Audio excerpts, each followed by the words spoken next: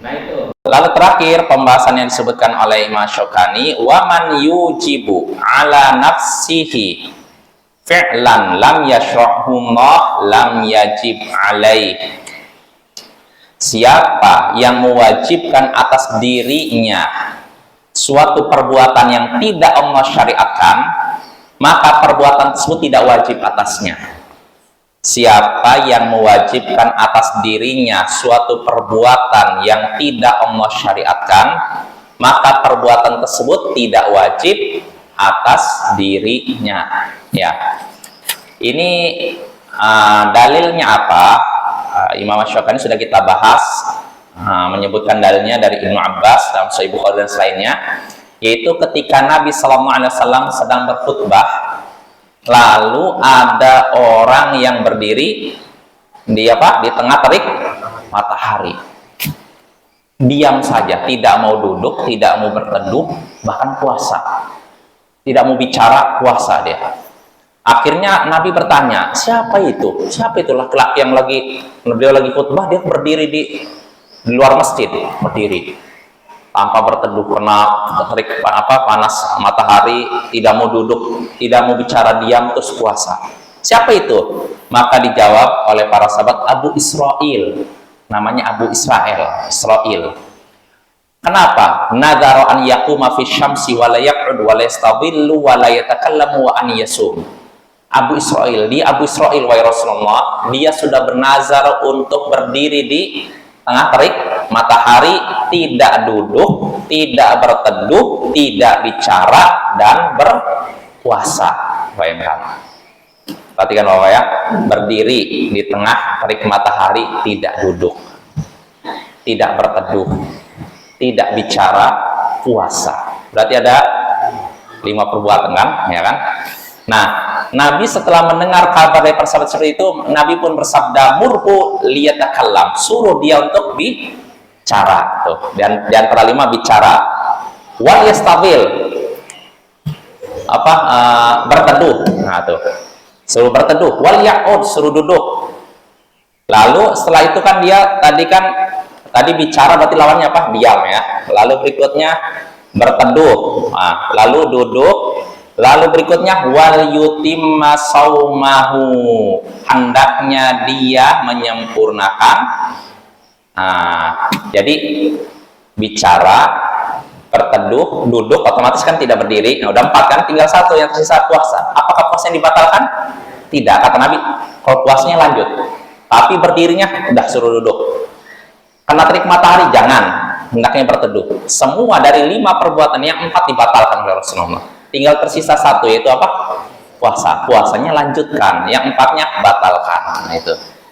Nah, ini menunjukkan kalau ada seorang yang bernazar untuk melakukan suatu perbuatan yang tidak disyariatkan oleh Allah, menyusahkan diri, maka hendaknya dibatalkan. Nggak usah menyusahkan diri sendiri ya, rugi kayak gitu Bapak ya.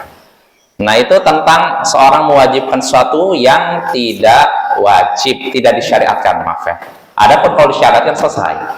Seorang bernazar untuk puasa sebulan 3 hari, boleh tidak? Boleh tidak?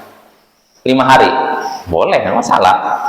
Tapi kalau memberatkan dan sebenarnya nggak disyariatkan, maka batalkan ya, nggak usah dikerjakan. Lalu berikutnya, nah ini yang pembahasan baru yang disebutkan oleh Imam Syaukani. Kata Imam Syaukani rahimahullah, wa kadzalika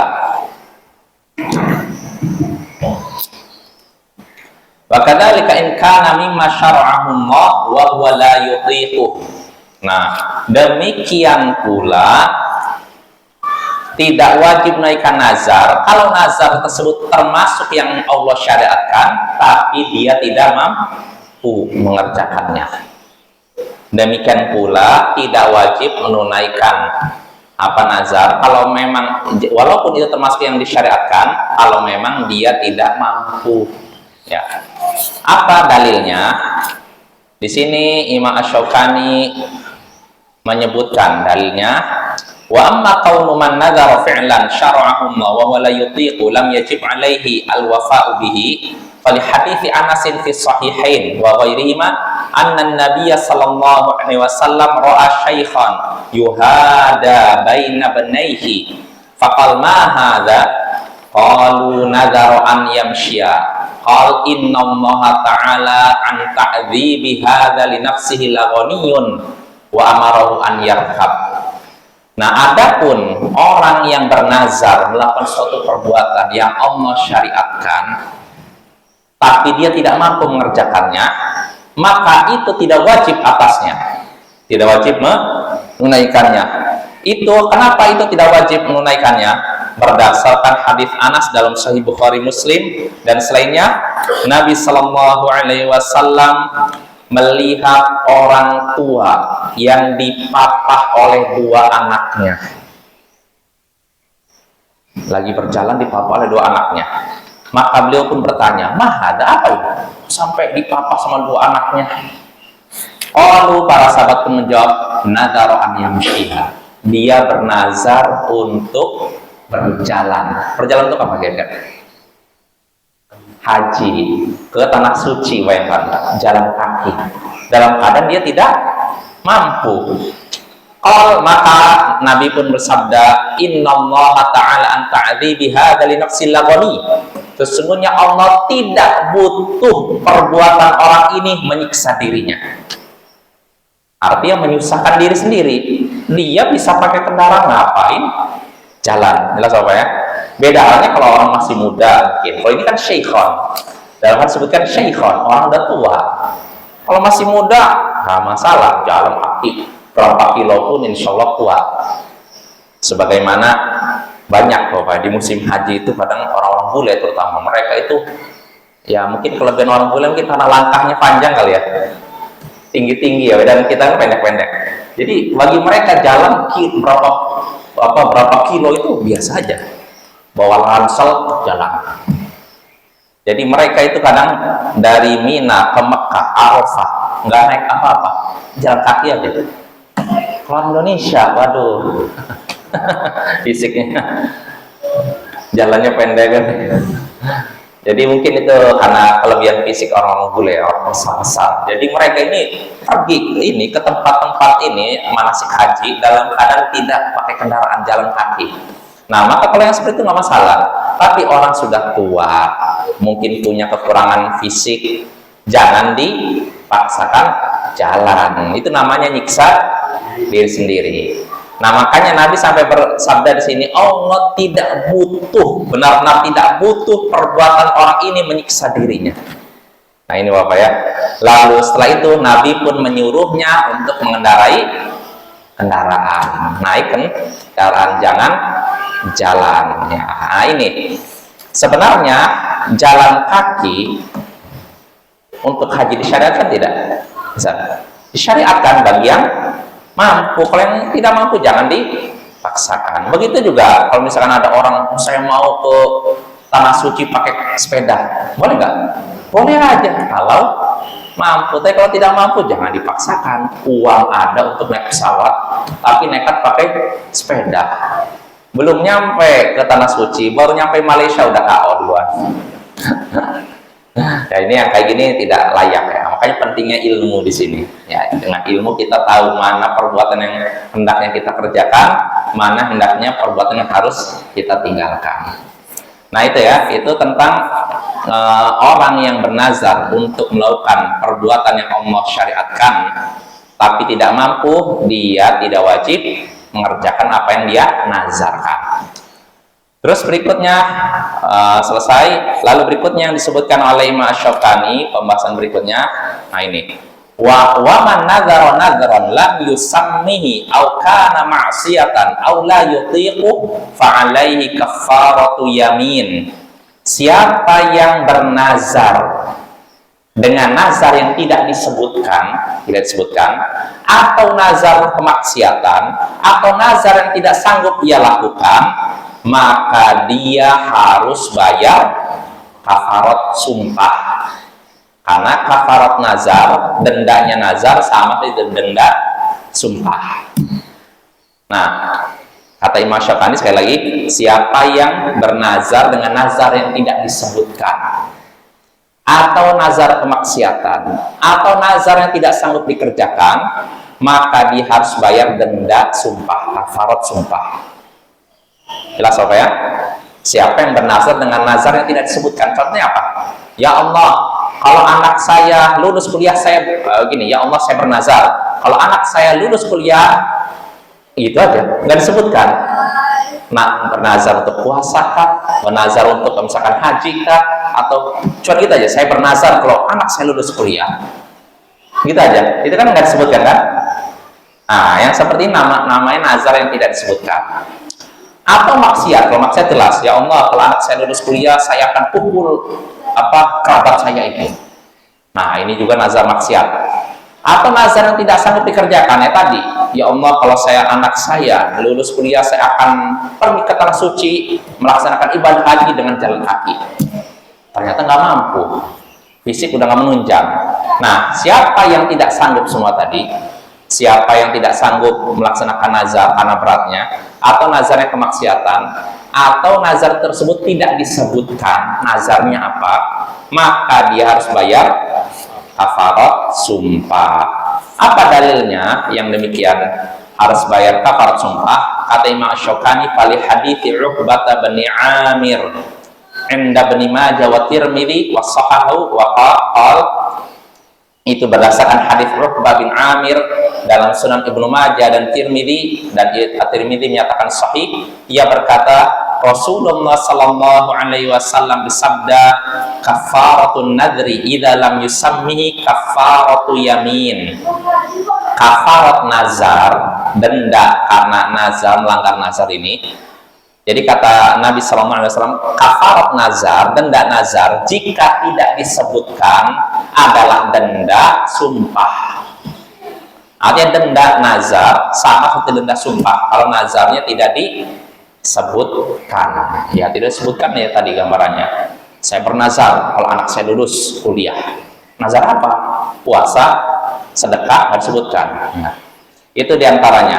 Lalu berikutnya, itu kalau nazarnya tidak disebutkan, dia harus bayar dan kafarat yamin, denda karena sumpah.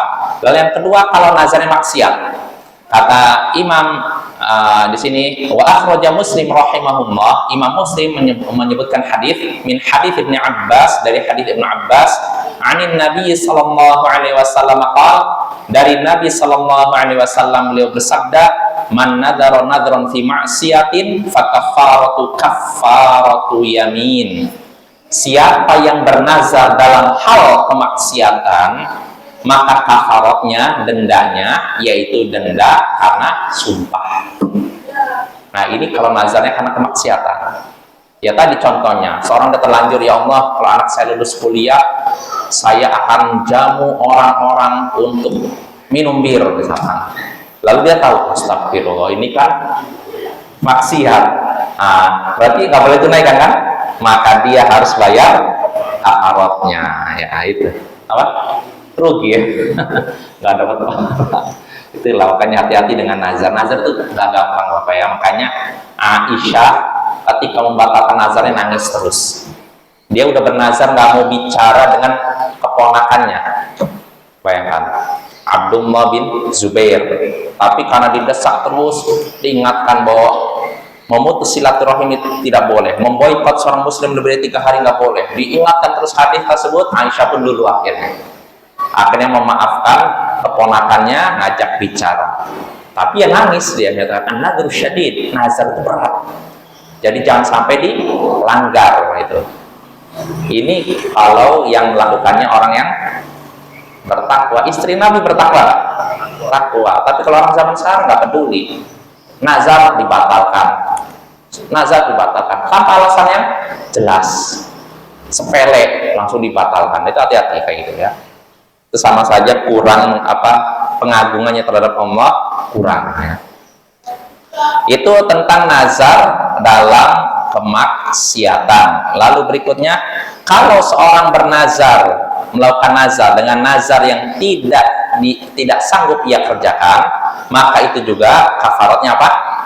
Kafarat sumpah. Itu berdasarkan hadis dalam Sunan Abu Daud, Ibnu Majah Dari Ibnu Abbas juga Nabi Shallallahu Alaihi Wasallam bersabda, wa man nadhara nadron lam yutiqhu fakaffaratu kaffaratu yamin.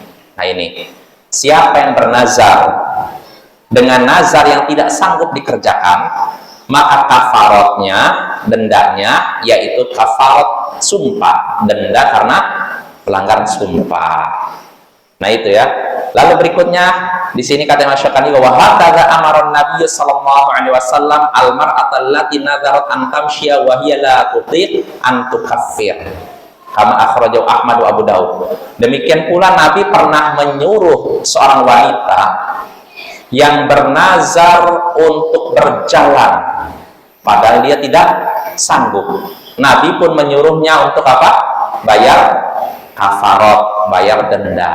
Nah ini ya, ini menunjukkan sekali lagi 3 jenis orang yang nazar yang harus bayar denda sumpah, kafarat sumpah. Pertama, orang yang nazar untuk apa? Nazar tanpa disebutkan jenis nazarnya apa. Apakah nazar mau puasa kah, haji, nggak disebutkan. Cuma saya bernazar, ya Allah, kalau anak saya lulus kuliah. Nggak disebutkan mau nazar mau puasa kah, ini bayar kafarat sumpah. Yang kedua, kalau nazarnya dalam hal kemaksiatan. Ya Allah, kalau anak saya lulus kuliah, saya akan berikan uang ini kepada apa misalkan, kepada agen judi. Nah, ini juga bayar kafarat sumpah. Lalu ketiga, kalau nazarnya dalam perkara yang tidak sanggup dikerjakan, ini juga bayar kafarat sumpah juga. Nah itu ya, itu 3 kasus orang yang bernazar yang harus bayar kafarat. Lalu berikutnya, ya permasalahan berikutnya yang disebutkan oleh Imam Syaukani rahimahullah, wa man nadhara bi qurbatin wa huwa musyrikun tsumma aslama lazimahul wafa. Siapa yang bernazar untuk melakukan suatu perbuatan kebaikan yang mendekatkan kepada Allah, siapa yang bernazar untuk melakukan suatu kebaikan dalam keadaan musyrik, lalu ia masuk Islam, maka ia harus menunaikan nazarnya. Siapa yang bernazar untuk melakukan suatu kebaikan dalam keadaan masih musyrik, masih kafir, lalu masuk Islam, maka dia harus menunaikan nazarnya. Jelas sana. Ya contohnya misalkan ada orang inilah, orang kafir lah, dia belum muslim nih, dia mengatakan gini, ya Allah, mungkin aja kan, karena yang mengakui Allah siapa? Apakah muslim aja? Kristen ngakui, Yahudi ngakui kan? Anggap orang Kristen, ya Allah, saya bernazar kepadamu ya Allah, kalau misalkan anak saya sembuh dari sakitnya, saya akan memberikan sedekah 100 juta kepada anak yatim. Ini dalam keadaan kafir nih. Ternyata setelah itu gak lama masuk Islam. Apakah nazar yang sebelumnya nggak dikerjakan atau ditunaikan? Tunaikan ya, walaupun dalam keadaan kafir, karena itu nazar baik, beda dengan nazar buruk ya.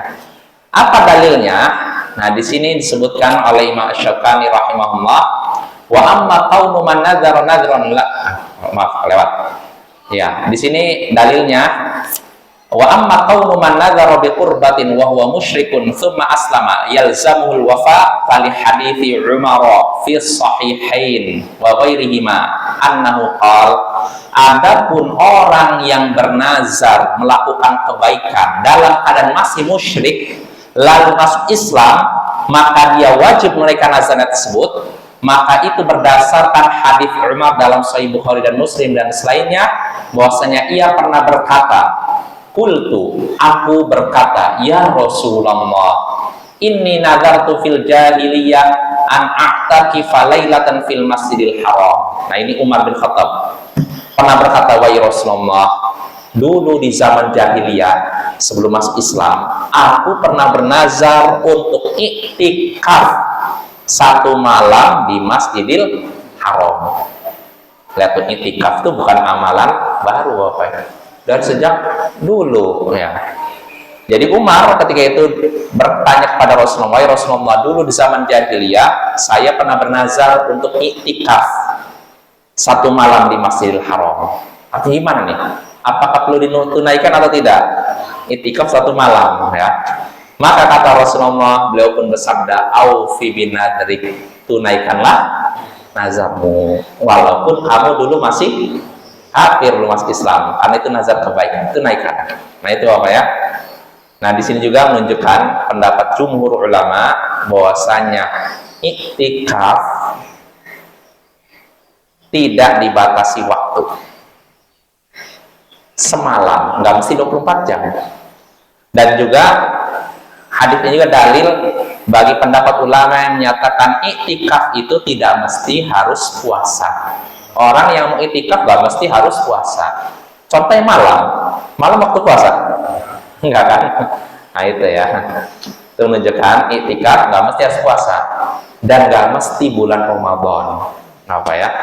Ini perlu kita ketahui. Walaupun yang afdal di bulan Ramadan ya, di Masjidil Haram. Lalu berikutnya itu dalil tentang bahwasanya orang kafir yang bernazar untuk melakukan kebaikan, maka dia wajib menunaikan nazarnya kalau masuk Islam ya. Dalilnya tadi Umar bin Khattab. Dalil lain yang disebutkan oleh Imam Syafi'i juga dalam Musnad Ahmad Ibnu Majah dari Maimunah binti Kardam, bahwasanya ayahnya Kardam Al-Ansari bertanya kepada Nabi, "Wahai Rasulullah, inni nadartu an anhar bibuana." Wahai Rasulullah, aku pernah bernazar untuk menyembelih hewan di daerah Buana. Di daerah Buana. Ini dia bernazarnya di zaman jahiliyah, belum masuk Islam nih. Saya ingin bernazar di daerah Buana, bernazar menyembelih hewan di daerah Buana. Fakal, maka beliau pun bertanya, "Abi hawasanun awtariyah?" Apakah di Buana itu ada patung berhala yang disembah oleh orang zaman jahiliyah dulu? Maka Kardam jawab, "Tidak, lah." Maka Nabi pun bersabda, "Faufi binadrik," tunaikanlah nazarmu. Nah ini menunjukkan sekali lagi orang kafir kalau bernazar melakukan kebaikan dalam keadaan kafir lalu masuk Islam, maka ketika sudah masuk Islam dia wajib menunaikan nazarnya ya. Nah itu apa ya? Itu tentang orang kafir. Nah kalau orang kafir saja begitu, apalagi Muslim ya. Makanya hati-hati nih. Nazar itu nggak gampang. Kalau memang kita tidak sanggup, jangan bernazar. Nazar itu pendapat yang kuat makruh. Ya, tapi kalau terlanjur nazar, maka hukumnya wajib ditunaikan. Nah, itu tentang orang kafir yang bernazar di masa belum masuk Islam. Lalu berikutnya, pembahasan berikutnya yang disebutkan oleh Imam Asy-Syaukani rahimahullah, wala yanfudun nadru illa minat thuluth. Tidak nazar tidak ditunaikan kecuali dari sepertiga harta. Nazar tidak ditunaikan kecuali dari 1/3 harta. Maksudnya apa? Kalau ada orang misalnya, "Ya Allah, kalau ini kalau anak saya lulus, saya akan misalkan menyedekahkan, anggap aset dia 3 miliar.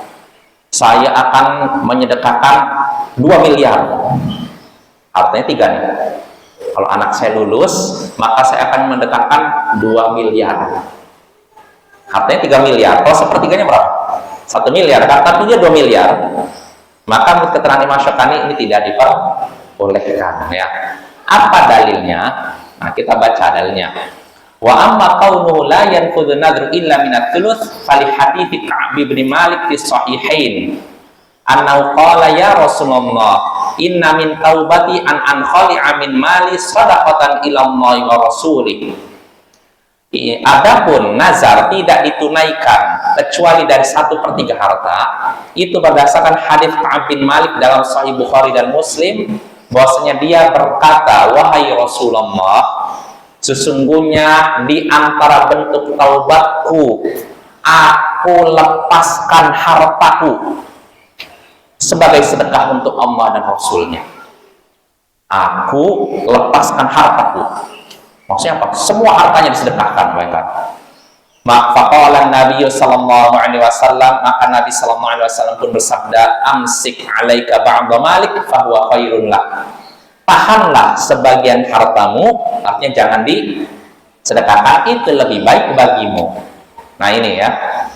Nah, di sini kita lihat dia menyatakan di antara bentuk taubatku, aku lepaskan hartaku sebagai sedekah untuk Allah dan Rasulnya. Nah, katanya taubat, emang kenapa? Kok disuruh di antara bentuk taubatku? Emang kenapa, Bapak? Kenapa dia taubat? Ka'ab bin Malik, kenapa tuh, Jess? Karena dia nggak ikut perang Tabuk. Jadi perang Tabuk tuh apa? Hampir seluruh kaum muslimin keluar dari Madinah. Madinah kosong waktu itu. Masih ada beberapa orang tertentu aja. Tapi rata-rata semuanya keluar. Nah, Ka'ab bin Malik, Hilal bin Umayyah, Murarah, 3 orang ya, kalau nggak salah ya. 3. Mereka tidak ikut tanpa alasan syar'i. Tapi mereka semua ketika Rasulullah datang dari perang Tabuk, mereka jujur, ya nggak ada alasan ya Rasulullah. Bukan karena sakit, bukan karena apa, nggak ada alasan. Jujur ya kan? Tapi Rasulullah pun, ya tidak, kalau gitu kamu. Rasulullah berkata kepada Ka'ab bin Malik, tidak, kamu bangkit, pergilah dari sini sampai Allah putuskan nasib dirimu. Nah, sejak hari itu dia diboikot, nggak diajak bicara oleh kaum muslimin. Ka'ab bin Malik sama 3 orang, Murarah sama satu lagi Hilal ya, masalah. 3 orang nggak diajak bicara, ucapkan salam tidak jawab. 3 orang ini, sampai akhirnya Ka'ab bin Malik bercerita, dunia itu terasa sempit. Bayangkan, banyak orang tapi seakan-akan sepi. Kenapa? Setiap ketemu assalamualaikum diam, nggak diajak bicara. Nah, ini perintah Rasulullah sebagai apa? Bentuk pelajaran untuk 3 orang ini yang tidak ikut perang. Berapa lama? Seminggu, 2 minggu, enggak, 50 hari. Gimana rasanya? Dia ketika keluar tuh, ya Allah, walaupun dia ke pasar juga, dia juga ke masjid, tapi seakan-akan kayak hidup sendiri. Karena nggak ada orang satu orang pun yang ngajak bicara. Nah, itu apa ya?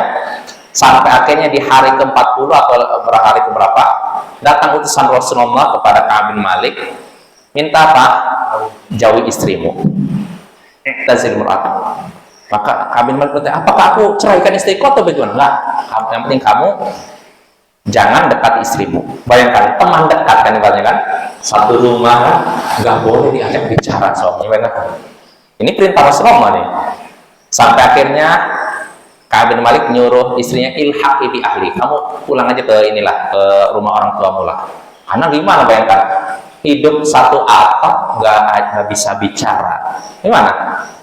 Ngomong deh, diam aja, gimana? Dan ketika itu para sahabat patuh dengan perintah Rasulullah, nggak ada yang melanggar, diam semuanya. Jadi ketemu di pasar, orang udah kayak nggak kenal aja gitu. Nah, ini ya. Nah, ini dia diboikot sampai 50 hari dalam keadaan dadanya sesak, dunia terasa sempit. Barulah turun wahyu menerima taubat mereka 3 orang ini, Bapak ya. Nah, maka ketika turun wahyu yang menerima taubat 3 orang ini, Ka'ab bin Malik pun langsung gembira. Ketika ada orang yang mengabarkan berita tersebut, dia copot baju berikan ke situ. Padahal itu satu-satunya baju dia gitu. Akhirnya minjam baju orang, lalu datang ke Masjid Nabawi, bertemu dengan Rasulullah SAW, lalu mengucapkan perkataan tadi, wahai Rasulullah, di antara bentuk taubatku, aku serahkan harta ini sebagai sedekah untuk Allah. Bayangkan, semua hartanya disedekahkan. Nah, itu Bapak ya. Nah, ini pengennya semuanya, tapi apa reaksi Rasulullah? Tahan sebagian hartamu. Artinya jangan semuanya disedekahkan, itu lebih baik bagimu. Nah, dalam riwayat lain disebutkan dalam riwayat Abu Daud, Ka'ab bin Malik berkata, inna min taubati ilallah an ukhrija min mali kullihi ilallah wa rasuli sadaqah. Sesungguhnya di antara bentuk taubatku kepada Allah, aku keluarkan seluruh hartaku untuk Allah dan Rasulnya sebagai sedekah. Seluruhnya. Maka Nabi pun bersabda, lah, jangan semuanya. Qultu, aku pun berkata, kata Ka'ab bin Malik, fanisfu, bagaimana kalau setengahnya ya Rasulullah? Setengahnya aku sedekahkan. Beliau menjawab, lah, jangan. Qultu, aku pun bertanya lagi, fatulutu, maka bagaimana kalau sepertiganya? Dia pun menjawab, na'am, ya. Nah, itu lihat tuh apa ya. Dalam riwayat Abu Daud juga, Nabi bersabda kepada Ka'ab bin Malik, yujzi anka thuluth, 1/3 hartamu itu sudah mencukupimu. Artinya jangan lebih dari 1/3. Nah, ini dalil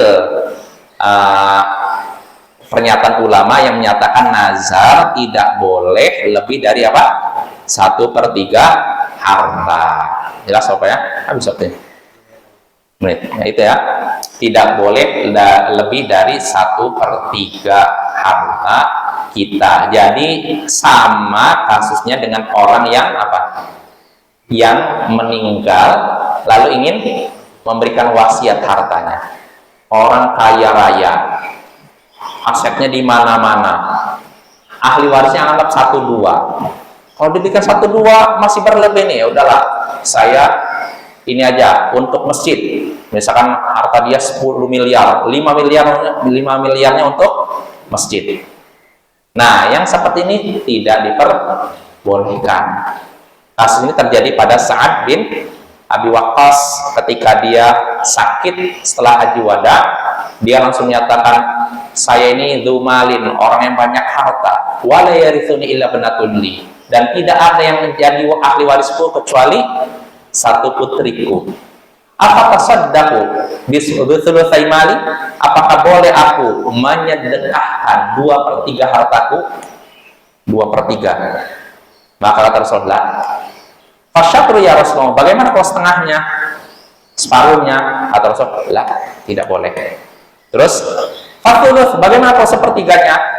Maka kata Rasulullah, at-thuluth, ya, 1/3. At-thuluthu kathir au kabir. 1/3 juga sudah banyak dan besar jumlahnya.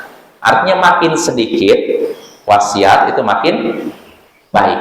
Makanya Abu Bakar As-Siddiq ketika dengar ini, dia berwasiat 1/4 atau 1/5 masalah. Bayangkan. Nah, itu apa ya?